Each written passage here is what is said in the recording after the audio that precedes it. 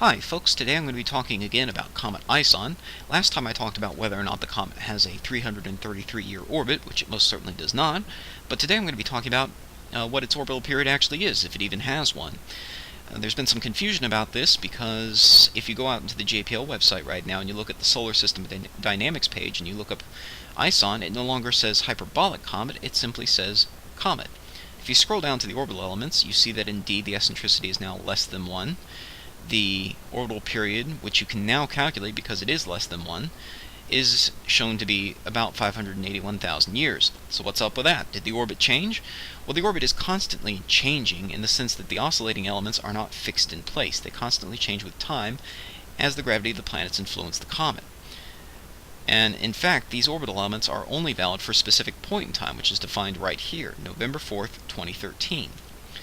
Now at that point in time, the oscillating elements do show an elliptical orbit with a definable orbital period, but that doesn't mean the comet will necessarily come back around again, let alone in 581,000 years. What matters is what's going to happen in the future. How will the gravity of the planets influence the comet? And for that, you need to integrate the orbit over time out into the future and see what it's actually going to do.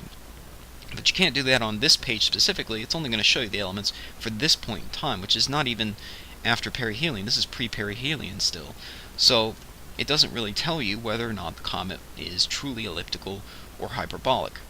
The designation up here is simply automatically generated based on what's present down here, which for most comets that have already come and gone, the latest epoch shown is generally after perihelion and gives you at least some rough idea of whether or not it was either a highly elliptical comet or possibly a hyperbolic comet.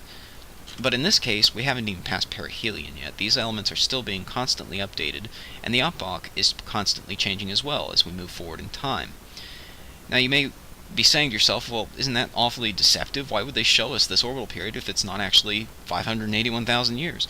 Well, this information is useful, particularly if you want to plug this into your own solar system orbit integrator. It needs to know where the comet is at a specific point in time, and these numbers will tell it just that.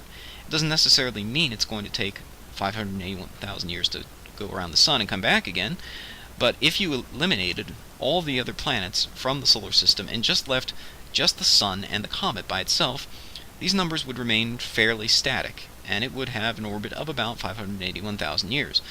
But that's not the case. Obviously, the planets are going to influence it over time, and so you need to integrate that over time and see what it does to the orbit. Now, JPL does have a tool that does just that, called Horizons.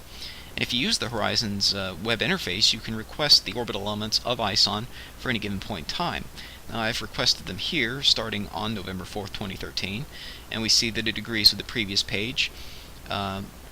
Keep in mind that the numbers are all displayed with essentially scientific notation here, meaning 10 to the minus 1, so this is actually 0.99999821.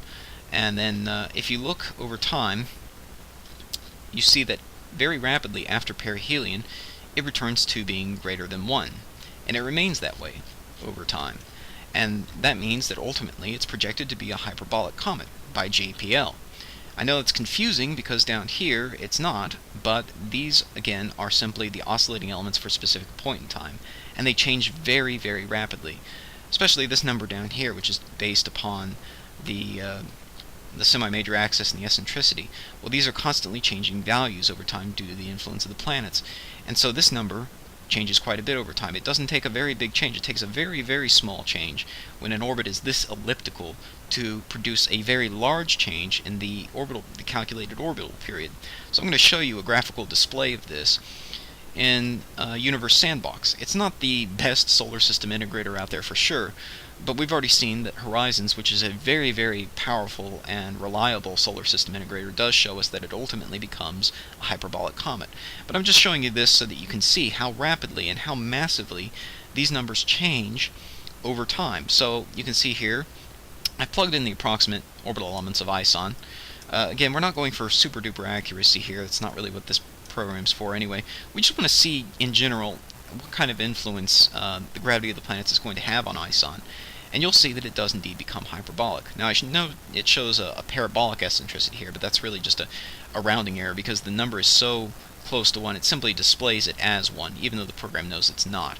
And if you look at the orbital period, you see it's almost 581,000 years.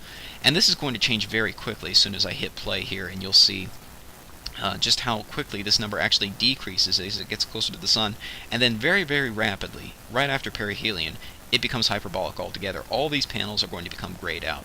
Right now you see that the parent body is the Sun, because it's still considered to be orbiting the Sun. The orbit at this moment, with these oscillating elements, is considered to be elliptical. But it doesn't stay that way at all.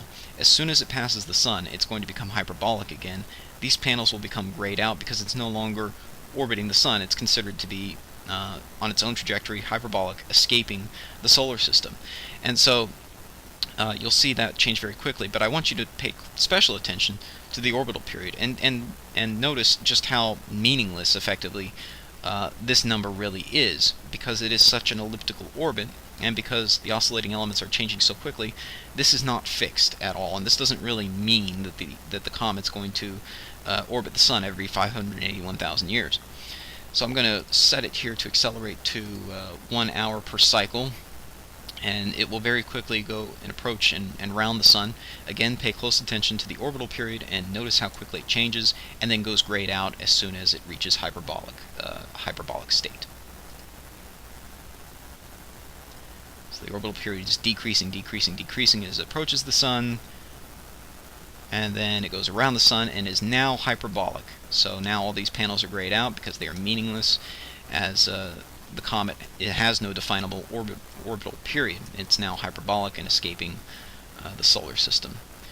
It's pretty much the same thing we just saw with the Horizon system, but of course the Horizon system can give you much more precise numbers on exactly what the orbital elements will be in the future, which is why I highly recommend everyone use it. It's a free tool. It's just sitting out there on JPL's website ready to use. In fact, you can access it simply by clicking Ephemeris here on the ISON page, and it will automatically load that up as your target body, and then you just specify what you want. Default, I believe, is observer table, but if you want the orbital elements, you just change that to orbital elements and define your date. And there you go. And you'll see for yourself that ISON's ultimate fate is still projected to be hyperbolic according to JPL. Hope you have a nice day.